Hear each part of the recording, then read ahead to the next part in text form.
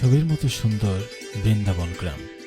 বিশাল মাঠ, মাঠের শেষ প্রান্তে রয়েছে মস্ত বড় এক তাল গাছ। কিন্তু এই তাল গাছে রয়েছে সবচাইতে অসুন্দর একটি জিনিস, আর সে হলো শাকচুন্নি। শাকচুন্নির ভয়ে গ্রামের ছেলেবেলেরা এই মাঠে খেলতেও ভয় পায়। যখনই কোনো মানুষ এই গাছ থেকে তেঁতুল কুড়াতে যায়, তখনই শাকচুন্নি তার ঘাড় মটকে ফেলে। বাবা, কে এই সাহসী বীর পুরুষ যে আমার গাছের নিচ দিয়ে হেঁটে যাচ্ছে? জানে না নাকি আমি এখানে থাকি? একে তো এবার জব্দ করতেই হবে। কতদিন হয়ে গেল কোনো মানুষের মাংস খাই না। এই বেটার ঘাড় মটকে আজকে সব রক্ত চুষে খাবো।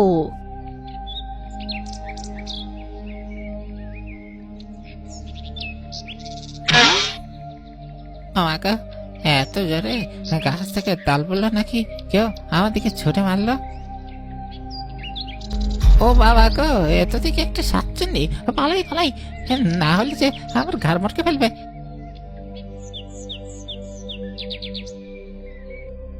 এই বদমাইশ, কোথায় পালাচ্ছিস? দাঁড়া! খুব তো একদম সাহস করে আমার গাছের সামনে গিয়ে দাঁড়িয়েছিস। এখন কি হলো? আমাকে দেখে আত্মা উড়ে গেল নাকি?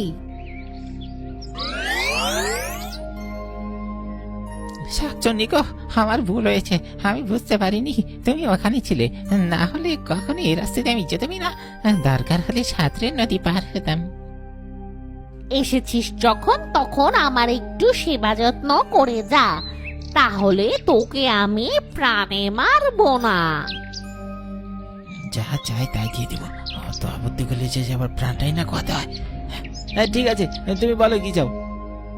আমাকে একটা কচি বাচ্চা জোগাড় করে দে, যেটার হাড় মটকে খেলে আমি শান্তি পাবো।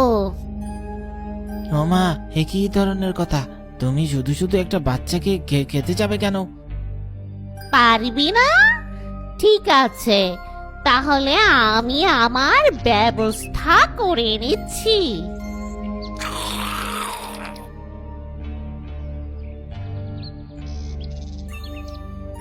আহ, কি শান্তি না পেলাম!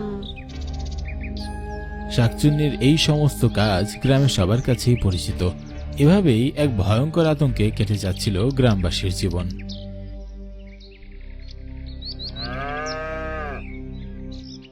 একদিন গ্রামে ঘুরতে আসে শহরের এক ছেলে প্রশান্ত। সে তার কাকা যতীন মুখার্জির বাড়িতে এসে ওঠে।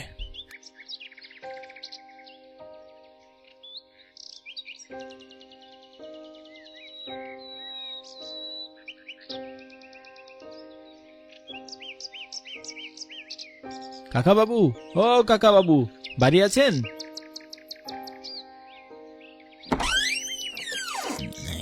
আরে প্রশান্ত দেখছি, এসো বাবা, অনেকদিন পর দেখা হলো। কেমন আছিস? হ্যাঁ, আজ তো কোনো অসুবিধা হয়নি তো? এই তো কাকা বাবু, বিধাতার কৃপায় ভালোই আছি, আসতেও কোনো অসুবিধা হয়নি। এত বছর পর আপনাকে দেখে বেশ ভালোই লাগছে কাকা বাবু। আয় বাবা, ভিতরে আয়।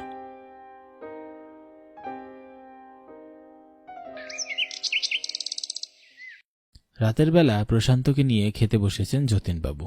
তার স্ত্রী মিনতি তাদের দুজনকে বেশ যত্ন করে খাওয়াচ্ছে। খেতে খেতে কাকা ভাইপো বেশ জমিয়ে গল্প করছিল। তা বাবা, তুই কদিনের জন্য এসেছিস বলতো? এবার কিন্তু একটু বেশি সময় নিয়ে এখানে থাকবি। প্রতিবারই তো ঘুরে কোন রকম 2-3 দিন থেকেই চলে যাস। এক সপ্তাহের জন্য তো আসতে পারিস যে বুড়ো কাকা কাকির বাড়িতে। হ্যাঁ, চিন্তা করবেন না কাকা বাবু, এবার আসলেই এক সপ্তাহের জন্য আমি এসেছি। শহরে থাকতে থাকতে কেমন দম বন্ধ হয়ে আসে। ঠিক করেছি, এক সপ্তাহ পুরো গ্রাম আমি চুষে খাবো। বর্দার বৌদিকে নিয়েও তো আসতে পারতে বাবা, ওরাও তো কত বছর হয়ে গেল আসে না। মায়ের তো অসুখ কাকিমা, এজন্যই তো উনি কোথাও যেতে পারেন না। বাবা তো মাকে ছাড়া কোথাও এক বিন্দুও টিকতে পারেন না, তাই আর ওনাদের আসার জন্য জোর করিনি। তাছাড়া বাবা প্রতিবার নিজে থেকেই আমাকে এখানে পাঠান। তার কথা হলো, তিনি যে কাজ করতে পারেন না তা যেন তার সন্তান হিসাবে আমি করি। তুই তাহলে এই গ্রাম ঘুরে দেখিস। তবে তবে কি কি কাকা বাবু, থেমে গেলেন যে? তুই তো অনেকদিন পর এসেছিস, আর এমনিতেও গ্রামে অতটা ঘোরাঘুরি করতে পারিস না, তাই অনেক কিছুই জানিস না। তোকে একটা জায়গার ব্যাপারে সাবধান করে দেই। এই গ্রামের ঠিক মাঝামাঝিতে একটা খোলা মাঠ আছে, ওই মাঠে ভুলেও ঢুকতে যাস না। কেন কাকু, কি হয়েছে ও মাঠে? গ্রামের সৌন্দর্য তো নদী, নালা, মাঠ, ঘাট এগুলোতেই যদি না ঘুরতে পারি তাহলে আর কি হবে? আরো অনেক সুন্দর সুন্দর মাঠঘাট আছে, নদী নালা পাবি, কিন্তু ওই মাঠের সীমানায়ও যাবি না। মাঠের শেষে একটা বড় তাল গাছ আছে, তাল গাছে থাকে এক ভয়ানক শাকচুন্নি। ওই তাল গাছের আশেপাশেও যদি কোনো লোক যায় তাহলে সে তার ঘাড় মটকে দেয়। সত্যি বলছেন? আজকের যুগে এসব শাকচুন্নি থাকে? আর তাছাড়া শাকচুন্নি যে বাস্তবে থাকে তা তো আমি প্রথম জানলাম। এতদিন তো শুধু গল্পের বই পড়তাম। এটাকে এত হেলা ফেলা করিস না, যা বলছিস শোন। সব জায়গাতে ঘুরবি, কিন্তু ওখানে যাস না। ঠিক আছে ঠিক আছে, অত চিন্তা করতে হবে না, আমি ওখানে যাব না।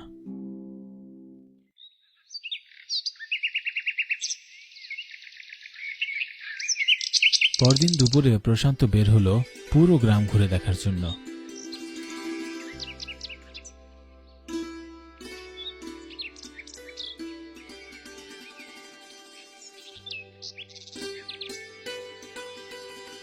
গ্রামের প্রায় বিভিন্ন জায়গা সে ঘুরে যখন বাড়িতে আসছিল তখন দূর থেকে দেখতে পেল সেই লম্বা তাল গাছটি।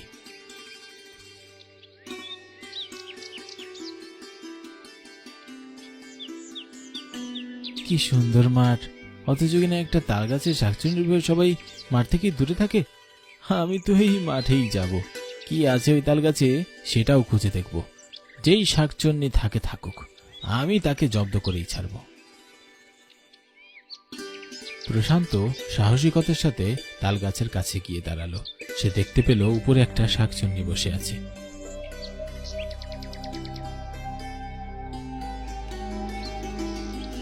আরে বাপরে, এটা তো আসলেই একটা শাকচুন্নি।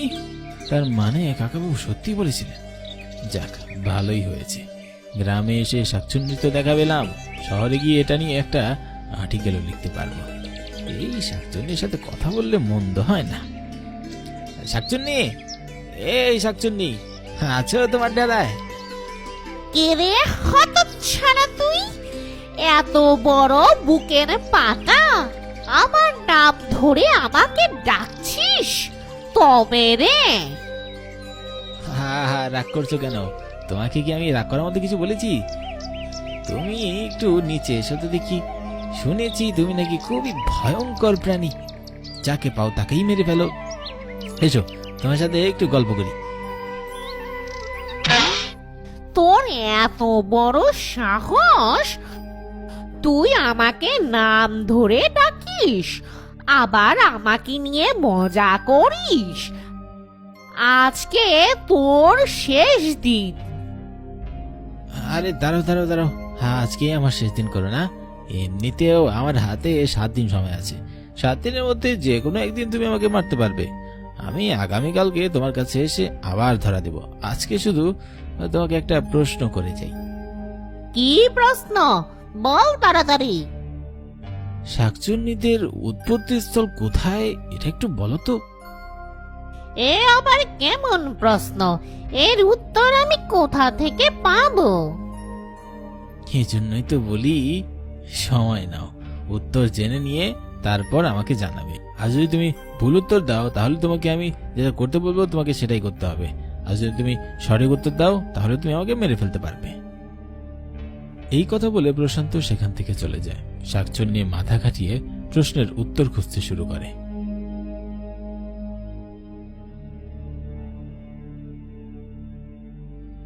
কি অদ্ভুত প্রশ্ন দিল বাবা রে বাবা, এখন এর উত্তর আমি পাবো কোথায়? পরদিন সকালে প্রশান্ত আবারও তালগাছের নিচে এসে দাঁড়ালো।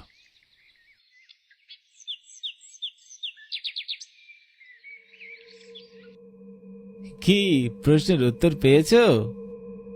আমাকে আর একটু সময় দাও, একদিনের মধ্যে আমি ওই উত্তর কি করে বার করব? ছি ছি, তোমার তো লজ্জায় মরে যাওয়া উচিত। তুমি একটা সামান্য প্রশ্নের উত্তর দিতে পারছো না? নিজেদের সৃষ্টি কি করে হচ্ছে তাই তুমি জানো না? তাহলে তোমাদের তো বেঁচে থাকাই উচিত না। এখন কথা অনুযায়ী তুমি আমাকে মারতে পারবে না, আর আমি যা বলবো তোমাকে তাই করতে হবে। ঠিক আছে, বলো আমাকে কি করতে হবে?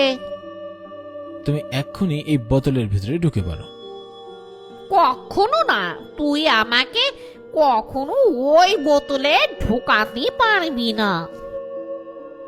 ভালোই ভালোই ঢুকলে তো ভালো, আর না ঢুকতে চাইলে কিভাবে ঢুকাতে হয় আমি কিন্তু জানি।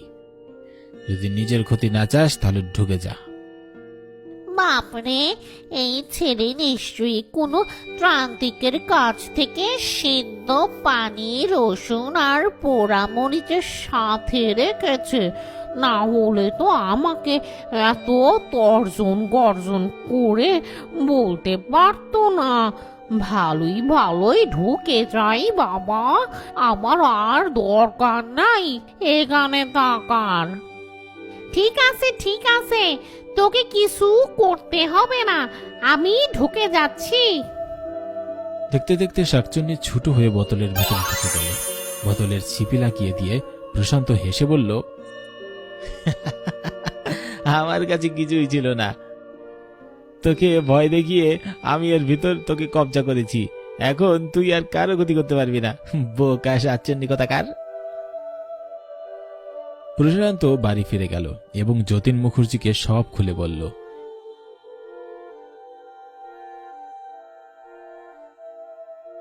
এরপর টানা 7 দিন সে পুরো গ্রাম ঘুরে ফিরে একসময় তার গন্তব্য শহরে চলে গেল।